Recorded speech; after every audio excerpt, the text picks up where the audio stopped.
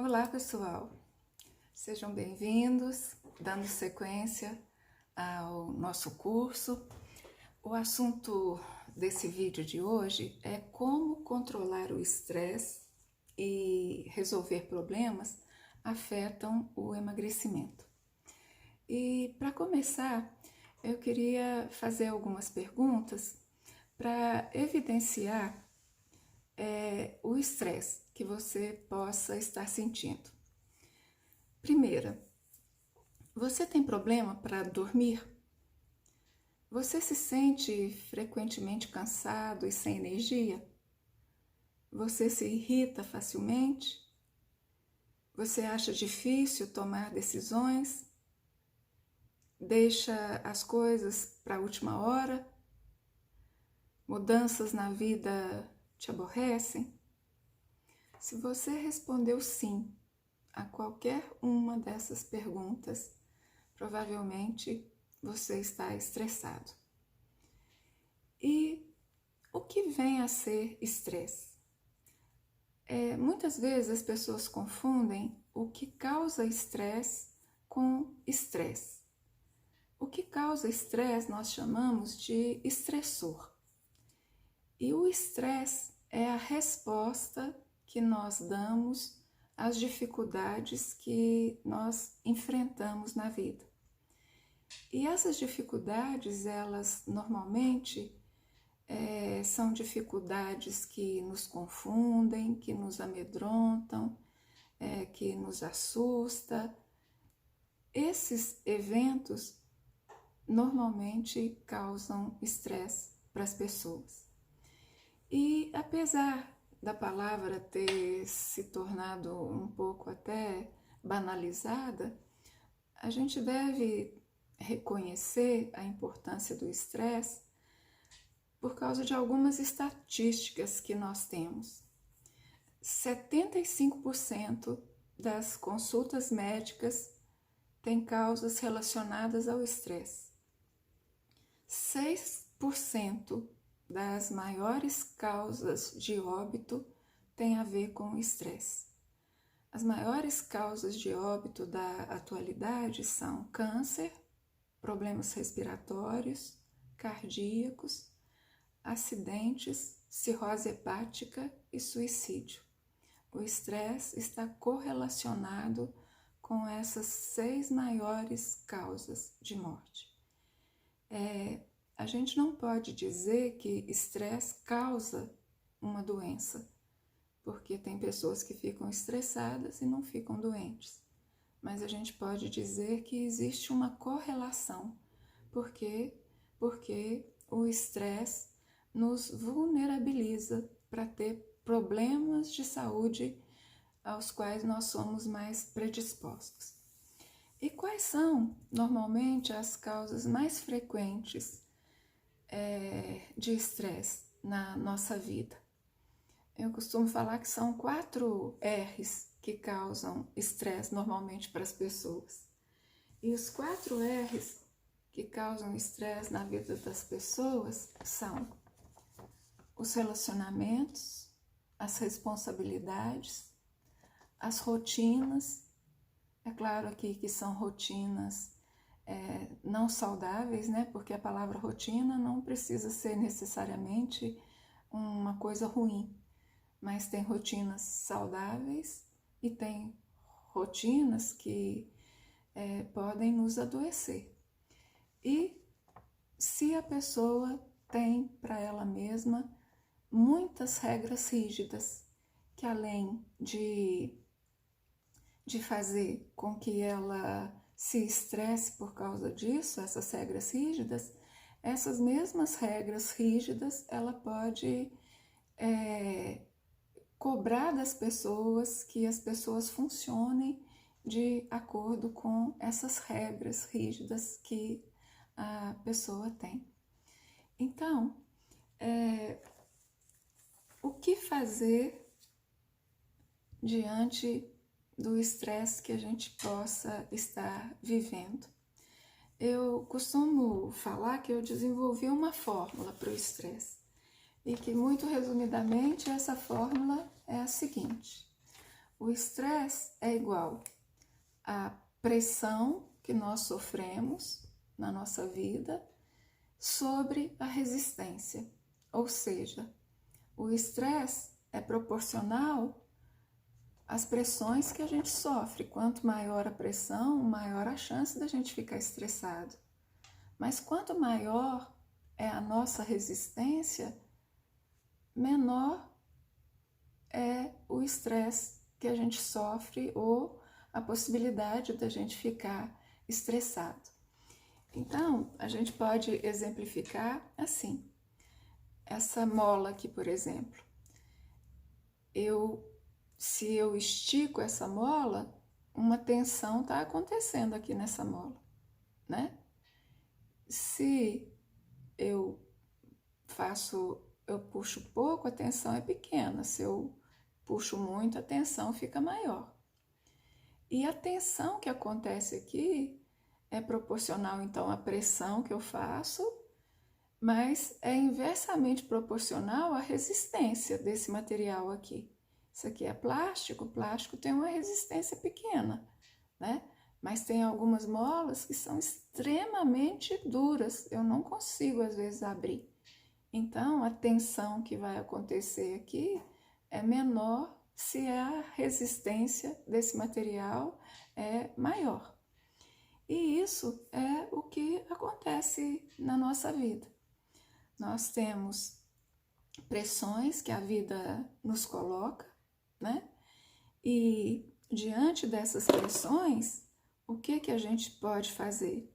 A gente pode procurar aumentar a nossa resistência aqui ao estresse. E como a gente aumenta essa resistência ao estresse?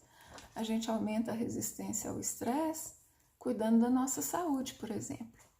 E a nossa saúde vai depender de uma boa alimentação, aumenta a nossa resistência.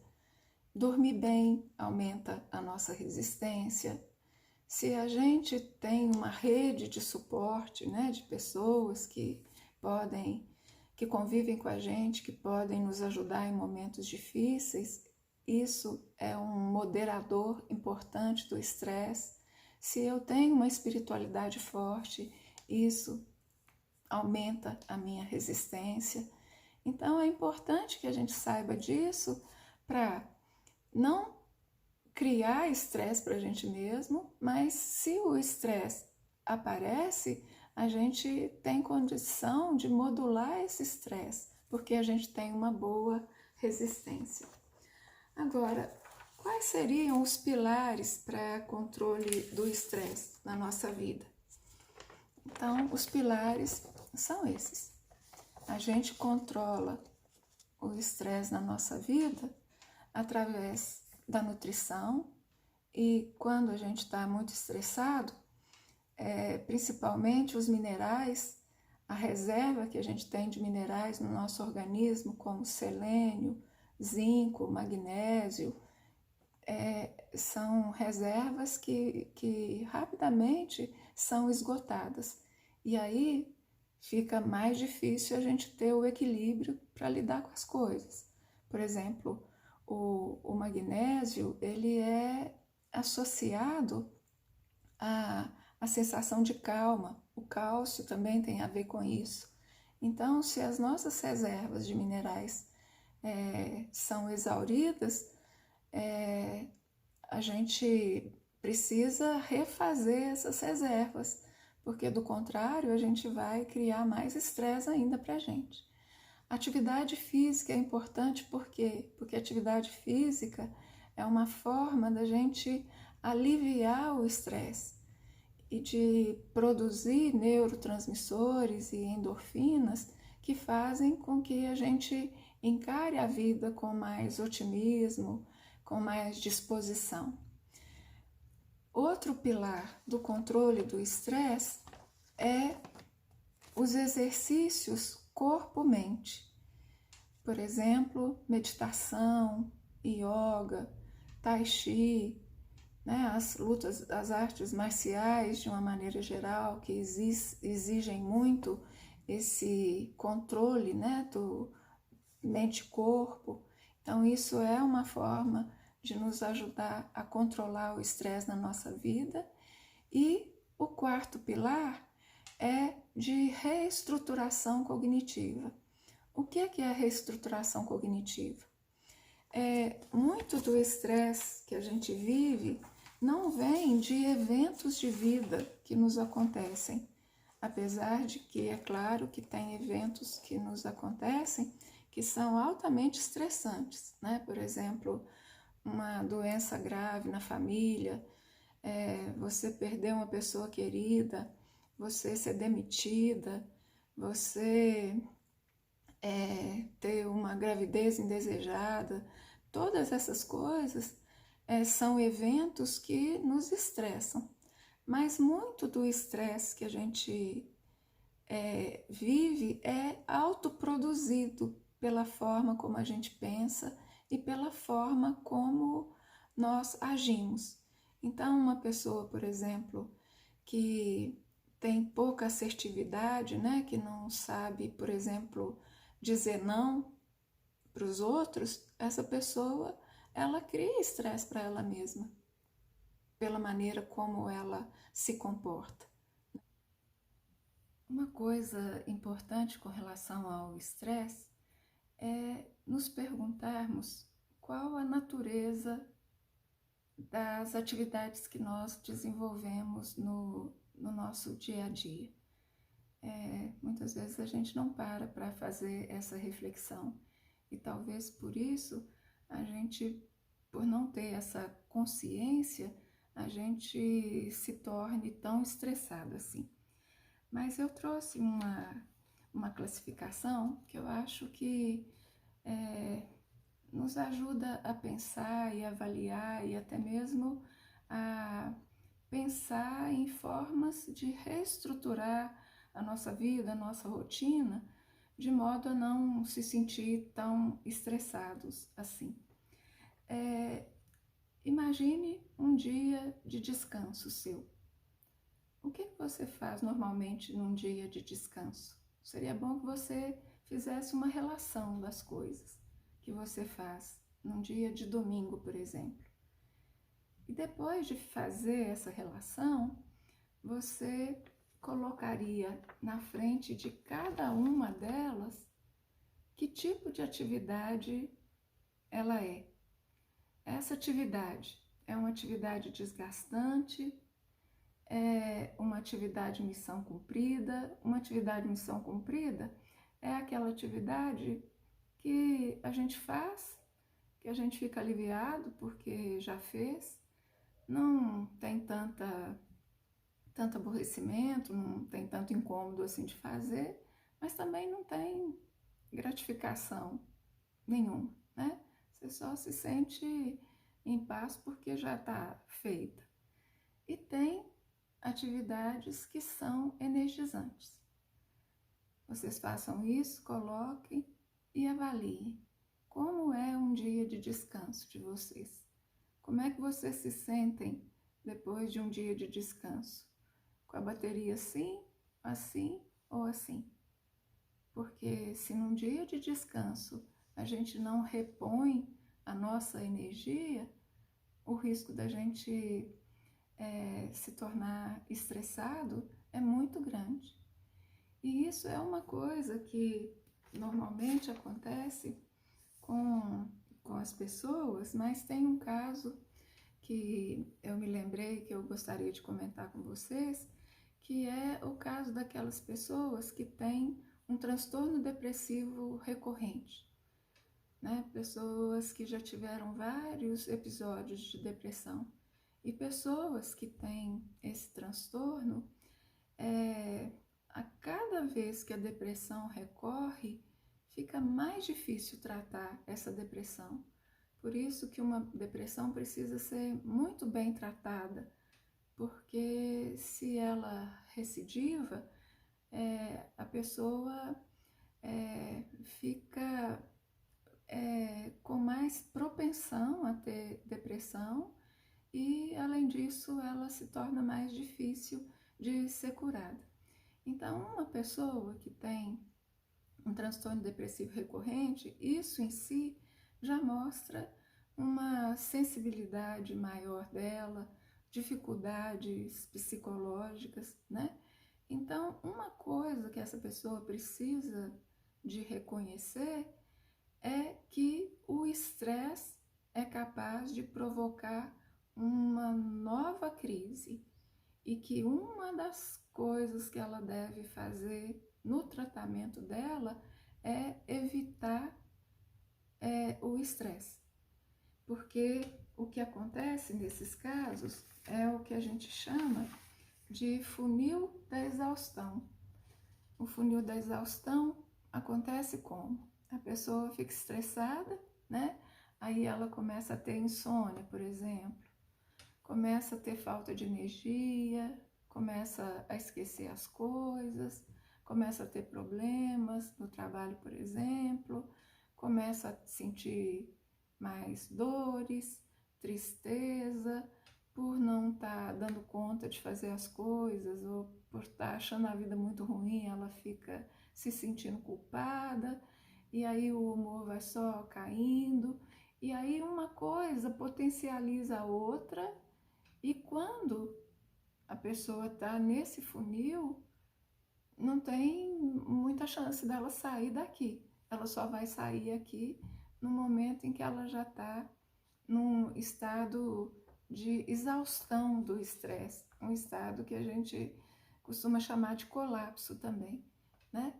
Então, pessoas que têm uma predisposição maior a algumas doenças, problemas psiquiátricos, por exemplo, ajudam, colaboram com o tratamento quando elas aprendem a manejar o estresse, aliviar o estresse na vida delas. Então, se no final de semana vocês não conseguem colocar na agenda de vocês essas atividades que são energizantes, é preciso parar e pensar sobre isso, porque isso pode ser um problema que vai acabar contribuindo para que outros problemas aconteçam, como normalmente acontece com relação ao estresse, que é o adoecimento mesmo, né? Pessoas que depois de um estresse intenso ficam hipertensas ou ficam diabéticas ou têm uns 6 meses depois, até 18 meses, um diagnóstico de câncer, né? Bom, mas então, a gente pode criar estresse pela maneira como nós pensamos. E uma das formas como nós criamos estresse pela maneira como nós pensamos é criarmos regras muito rígidas para nós mesmos, ou regras até para os outros também. E essas regras rígidas, elas normalmente começam a formulação na nossa mente com eu deveria ou eu não deveria. Eu deveria isso, eu não deveria aquilo. E por causa dessas regras muito rígidas, a pessoa acaba se vendo em dificuldades. E tem algumas dessas regras que normalmente estão presentes na vida das pessoas que sofrem um estresse crônico, né? Tem pessoas que estão cronicamente estressadas, que vivem estressadas. E nesse caso é importante avaliar se a pessoa não tem esse problema na organização cognitiva dela, né? A organização cognitiva é a forma como a gente organiza os nossos conteúdos mentais, aí inclui as nossas crenças, né? Toda crença rígida é uma crença que a gente não conseguiu flexibilizar. A gente considera que ela é verdadeira e é assim que tem que ser. E as crenças rígidas principais que colocam as pessoas em dificuldades são eu deveria sempre priorizar as pessoas, eu não posso mostrar nenhum sinal de fraqueza, eu deveria fazer tudo sozinho, eu não deveria deixar os outros fazerem as coisas importantes porque eles podem estragar tudo, eu deveria sempre dar o meu melhor, eu deveria sempre prever os problemas. Então, o problema maior aqui, nessas formulações, se vocês perceberam, tem muito sempre aqui. E o que a gente deve fazer, se a gente tem essas regras rígidas, é a gente procurar flexibilizar essas regras, tanto para a gente como para as pessoas, né? Porque se a pessoa tem essas regras muito rígidas, essa pessoa está, além de criar estresse para ela mesma, ela está criando estresse para as outras pessoas. E normalmente, quando a gente está vivendo uma reação de estresse, é porque tem algum problema não resolvido ou algum problema mal resolvido. Muito do nosso estresse está relacionado com isso. Mas só que na nossa vida tem situações que a gente pode resolver. Tem situações que não dá para ir simplesmente lá e resolver. Tem situações que a gente precisa aprender a lidar. Então, quando dá para resolver, a gente faz solução de problemas. Quando não dá para resolver, a gente utiliza estratégias ou técnicas de enfrentamento. É assim que a terapia cognitiva propõe. E isso me faz lembrar uma história, que é a história de um monge que já estava idoso, e sendo abade do mosteiro, ele resolveu que precisava de escolher o sucessor dele. Então ele reuniu todos os monges e, diante dos monges, ele explicou a situação e disse que seria o sucessor dele aquele que resolvesse o problema que ele ia propor.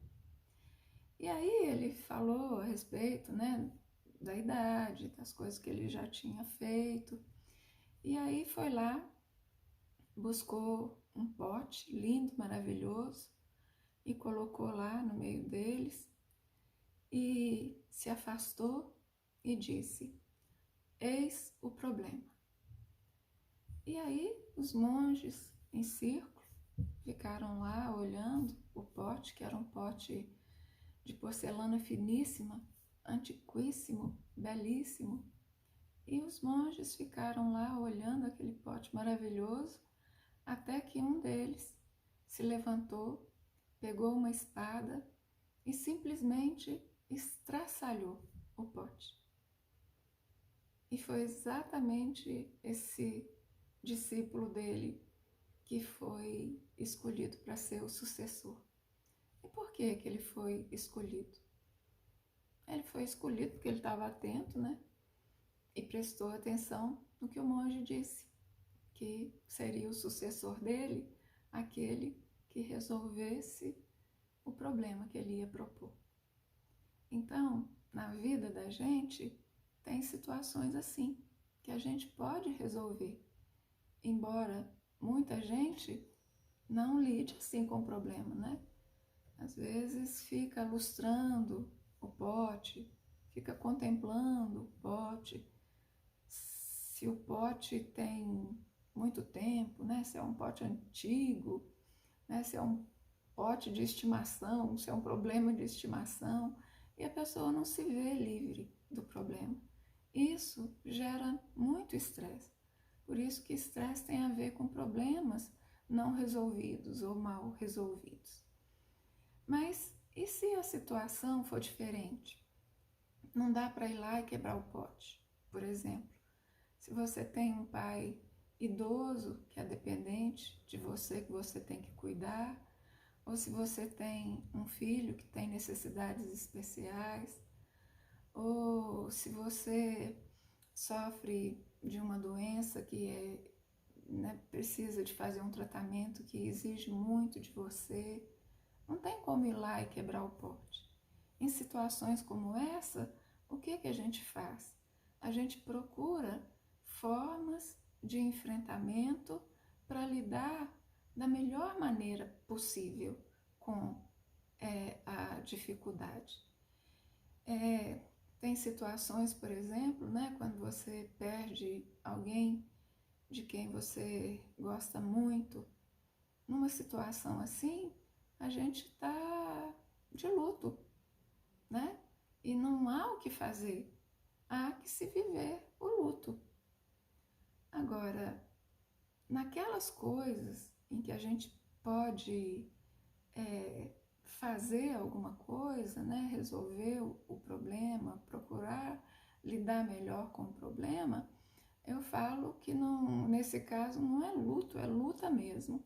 A gente precisa de lutar, e de lutar procurando as melhores armas com as quais a gente possa lutar para poder ganhar a batalha, né? E muitas vezes as pessoas, diante de situações que exigem um enfrentamento adequado, se mostram usando estratégias de enfrentamento que não resolvem o problema. Estratégias de enfrentamento que são ineficazes. E como é que eu sei que a estratégia de enfrentamento é eficaz? É se ela resolve o problema, né? Se o problema não é resolvido, a estratégia é ineficaz. Eu preciso procurar outra estratégia de enfrentamento. Mas acontece que às vezes a pessoa pode ter um repertório de estratégias tão empobrecido que ela fica sempre usando as mesmas formas de enfrentar as situações de dificuldade. E existe uma terapia chamada terapia de enfrentamento, em que os criadores dessa terapia, eles fizeram um levantamento para saber como as pessoas lidavam com as dificuldades.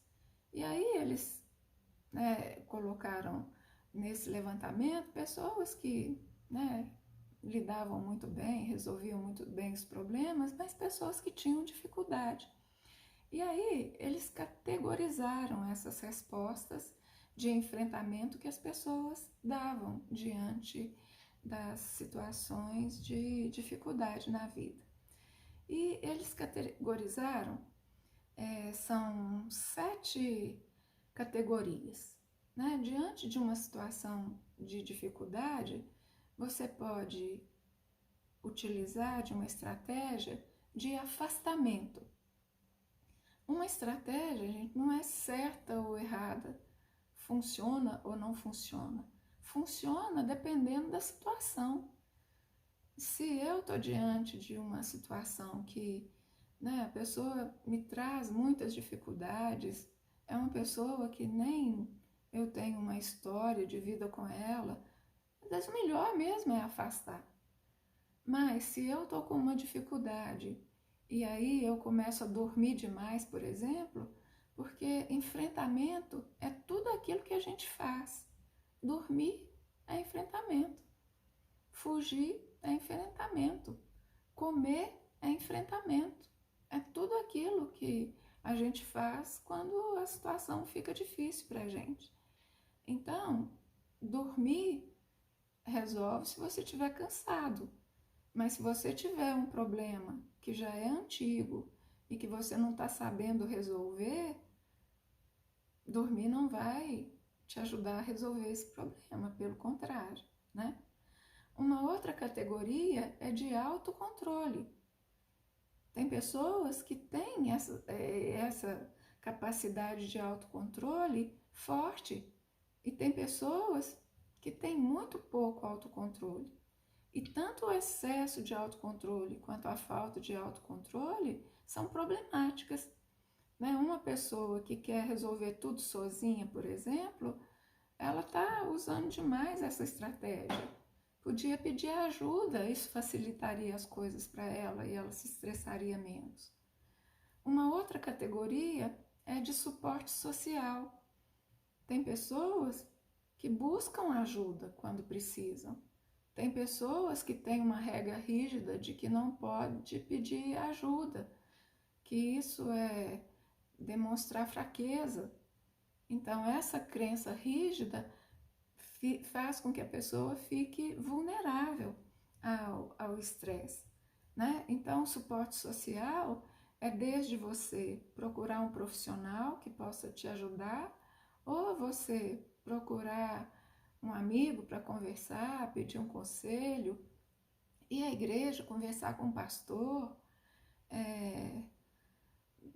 participar de um grupo, por exemplo, né? Tudo isso são formas de enfrentamento que fazem parte dessa categoria de suporte social. Então, se você não utiliza, né, não tem no seu repertório essa categoria, é importante começar a pensar nisso. Uma outra categoria é a aceitação de responsabilidade.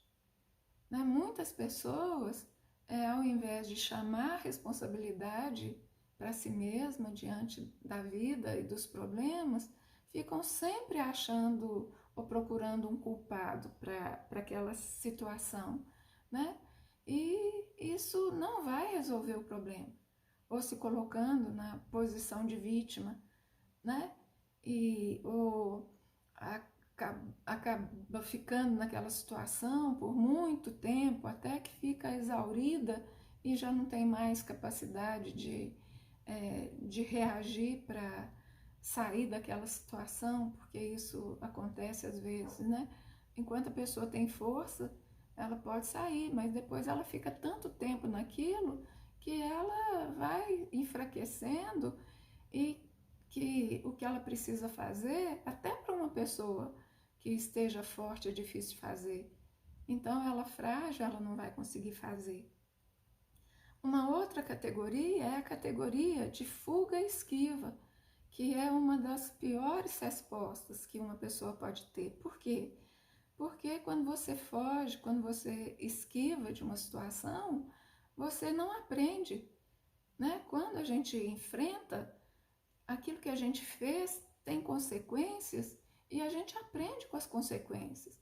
Se deu certo, se deu errado. Mas se você não enfrenta, você não aprende. Você fica com a vida empobrecida, né? Não amadurece.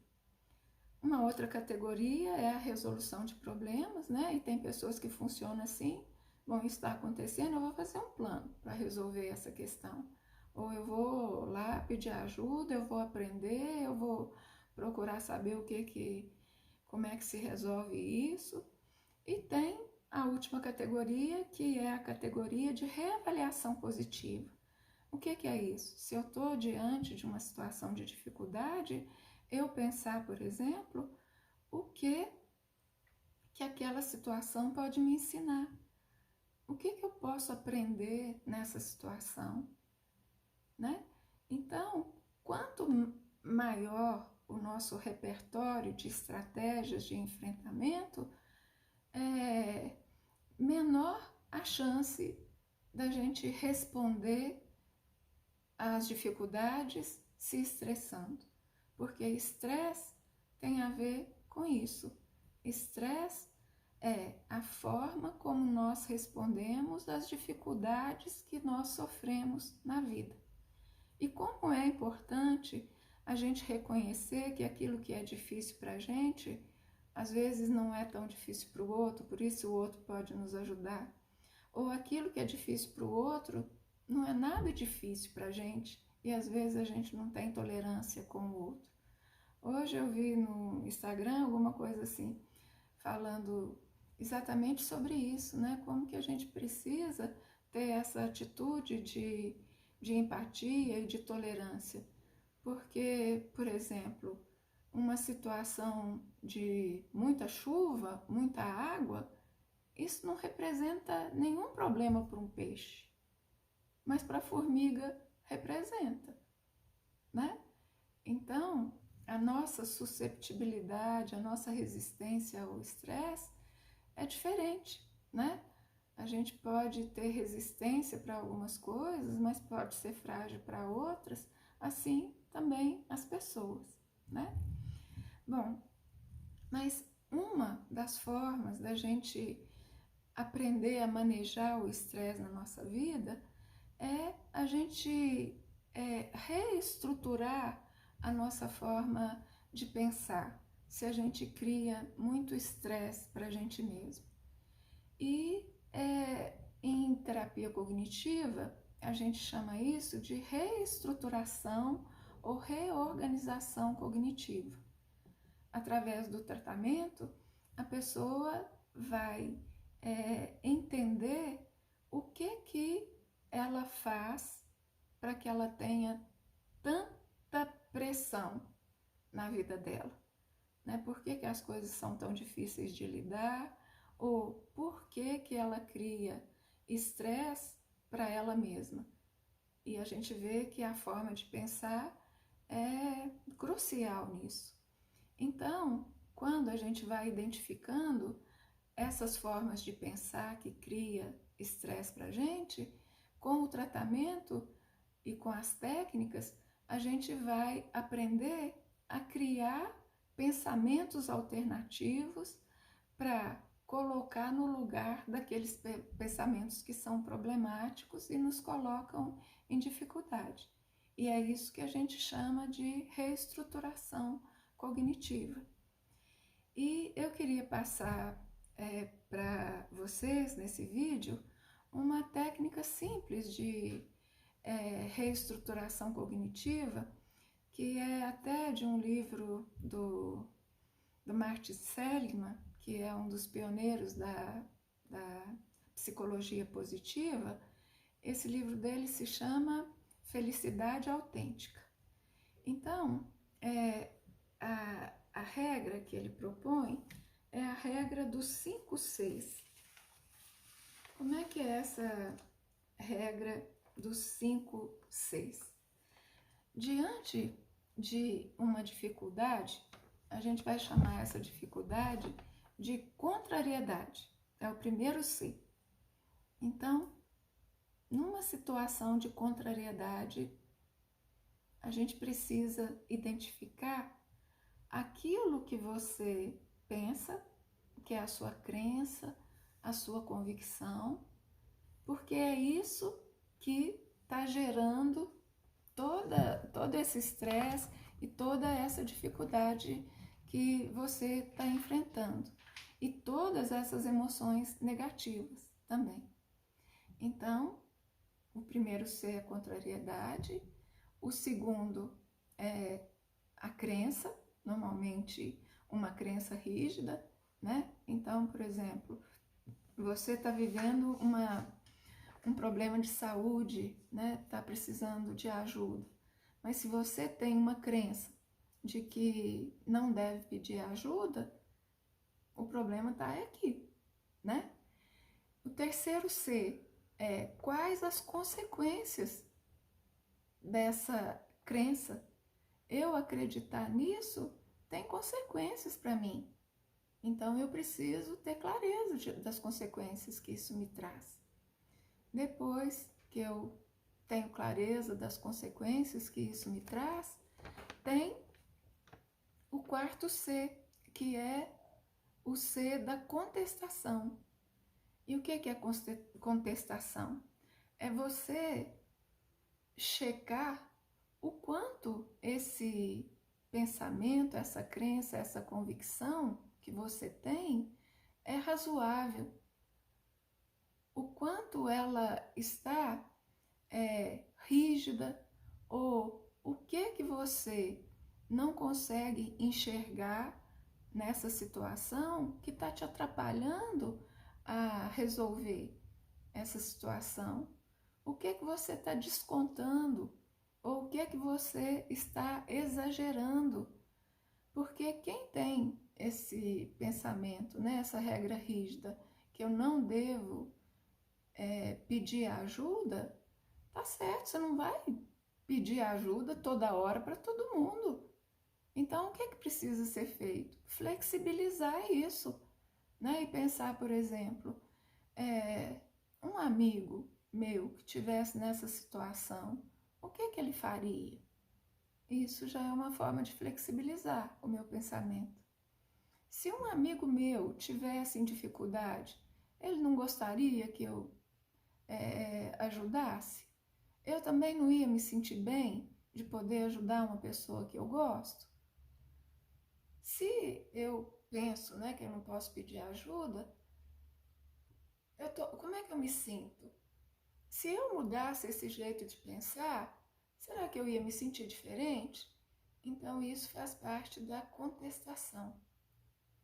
E depois que você fica nessa situação, lida com essa forma de pensar, consegue perceber a rigidez que tem nisso, você pode passar para esse quinto C, que é o C da capacitação. Depois que você fez isso, você sai daquela impotência que você está, né, daquele estresse, daquela confusão de emoções negativas e se sente capaz de fazer alguma coisa. A gente pode até não ser capaz de resolver o problema totalmente, mas alguma coisa a gente se sente capaz de fazer naquela situação e que já nos ajuda. Então, essa é uma técnica simples que nos ajuda a reconhecer que a gente precisa de mudar essa forma de pensar e que a gente deve reestruturar essa forma de pensar e que isso é possível. E normalmente aquelas pessoas que são cronicamente estressadas, elas estão precisando exatamente disso. Questionar a forma de pensar, flexibilizar a maneira de pensar para que possam ter mais leveza na vida, né? Bom, a Marilda Lippe é uma terapeuta cognitivo-comportamental e ela tem uma clínica de controle, de manejo do estresse em Campinas. E lá ela, além da terapia, tem cursos para controle do estresse. E ela veio a Belo Horizonte há muito tempo atrás e ela tem alguns livros publicados, é pesquisadora do CNPq e um dos livros dela se chama O Estresse Está Dentro de Você.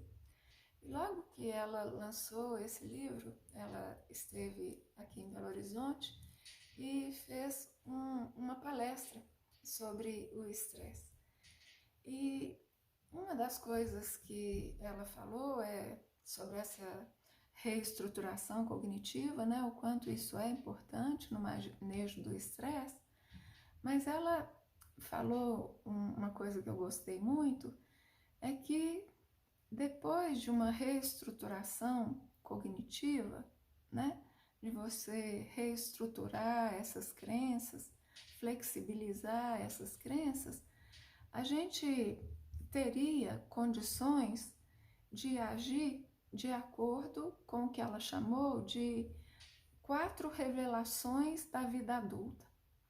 Depois que a gente questiona, né, a nossa maneira de pensar, vê o que tem, né, de imaturidade, de falta de lógica naqueles pensamentos que a gente tem, que nos predispõem ao estresse, a gente seria capaz de reconhecer essas 4 revelações da vida adulta, que são essas 4 coisas. A primeira é que a recompensa nem sempre existe.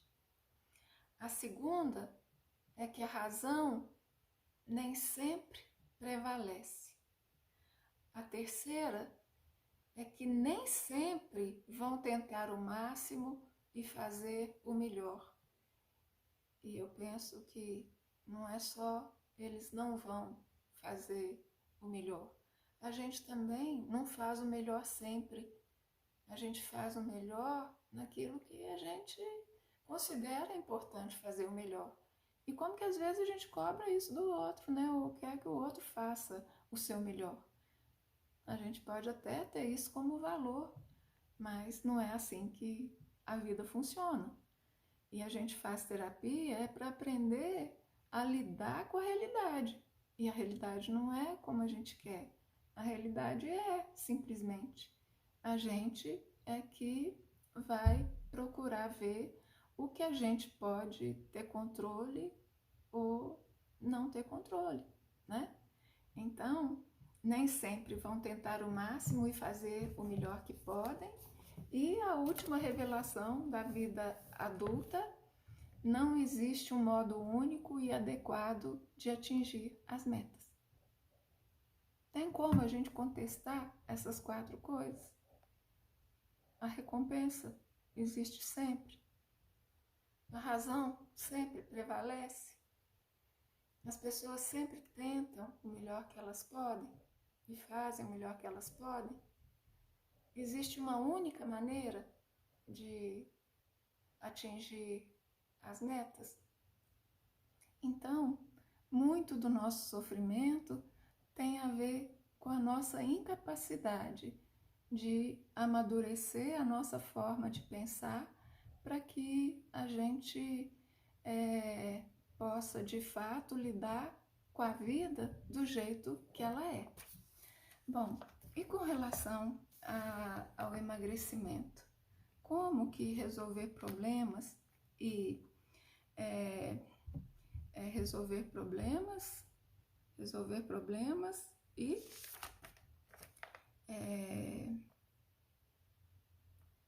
controlar o estresse, né, que é o nome do vídeo.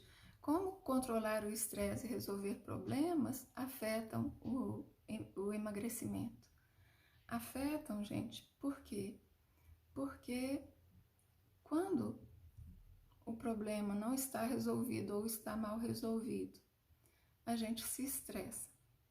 E quando nós estamos estressados, a nossa reserva psicológica para lidar com as coisas da vida fica meio que limitada. Então, funciona mais ou menos assim. Essa parte aqui do nosso cérebro, né, que é o lobo pré-frontal, que fica aqui bem acima aqui, né, do nosso olho, é a parte do nosso cérebro que planeja, que julga, que raciocina, que resolve problemas, que toma decisões, né? Então, num dia a dia em que a gente precisa fazer muito isso, né? A gente consegue manejar. Então, se a gente tem alguma dificuldade, o estresse, por exemplo, ele revela, e os sintomas do estresse mostram essas dificuldades emocionais que a gente tem, né? Ficar hipersensível, por exemplo, muito irritado, uma série de sintomas emocionais que aparecem nas situações de estresse. Isso mostra que o nosso cérebro emocional está hiperativo.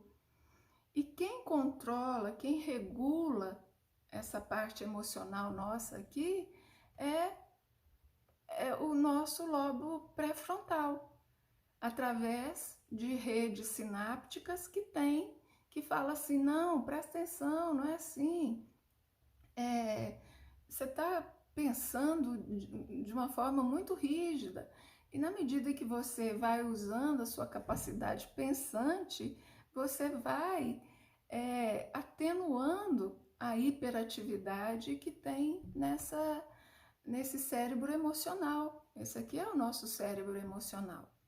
Mas quando você está ali no limite e ainda tem que fazer uma dieta, por exemplo, fica muito difícil, porque fazer dieta, querer emagrecer, assumir compromisso, é um esforço que você faz.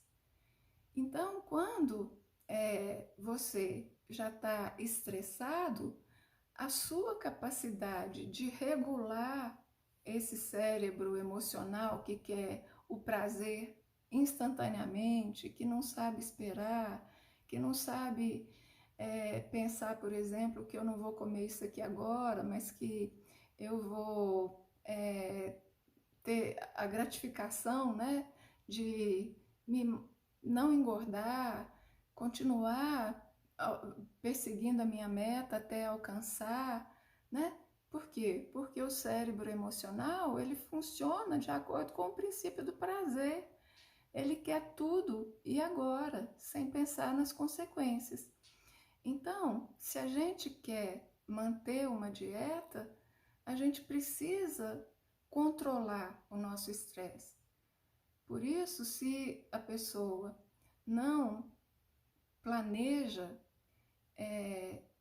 esse momento de fazer a dieta, né, se ela não se organiza para ter tempo, para ter energia, é a primeira dificuldade que ela tiver para ela se estressar e ela pôr tudo a perder, né? Por isso que o controle do estresse é tão importante e não pode deixar de estar presente nessa equação de tratamento da obesidade e do controle do peso, né? Então, outra coisa também que é importante, a pessoa pode até conseguir emagrecer, tá conseguindo se manter ali, mas as recaídas normalmente acontecem quando a pessoa vive uma situação de estresse. Acontece isso com quem parou de fumar, com quem parou de beber, né? Por isso é tão importante a gente saber manejar o estresse. Além de não criar estresse para a gente mesmo, saber aliviar o estresse, saber resolver os problemas para que a gente não se estresse. Se o problema aparece, a gente ser capaz de dar solução para ele o mais rápido possível. Resiliência tem a ver com isso. A pessoa resiliente, né, que tem resistência ao estresse, ela não fica cozinhando um problema, não. Ela vai lá e resolve o problema, né? E consegue voltar para o estado de serenidade, né? O estado que ela estava antes de sofrer aquele estresse ou enfrentar aquela dificuldade. E para acabar esse vídeo, eu gostaria de ler para vocês um texto que é do Dalai Lama, onde ele ressalta a importância da gente prestar atenção naquilo que a gente pensa, naquilo que a gente sente, que talvez esse seja o poder maior que a gente tem para poder para lidar com as dificuldades e como que reconhecer, né, os limites que a gente tem na nossa forma de pensar, né? O ignorar essas negatividades que a gente tem acaba trazendo tanta dificuldade para o ser humano e para a humanidade.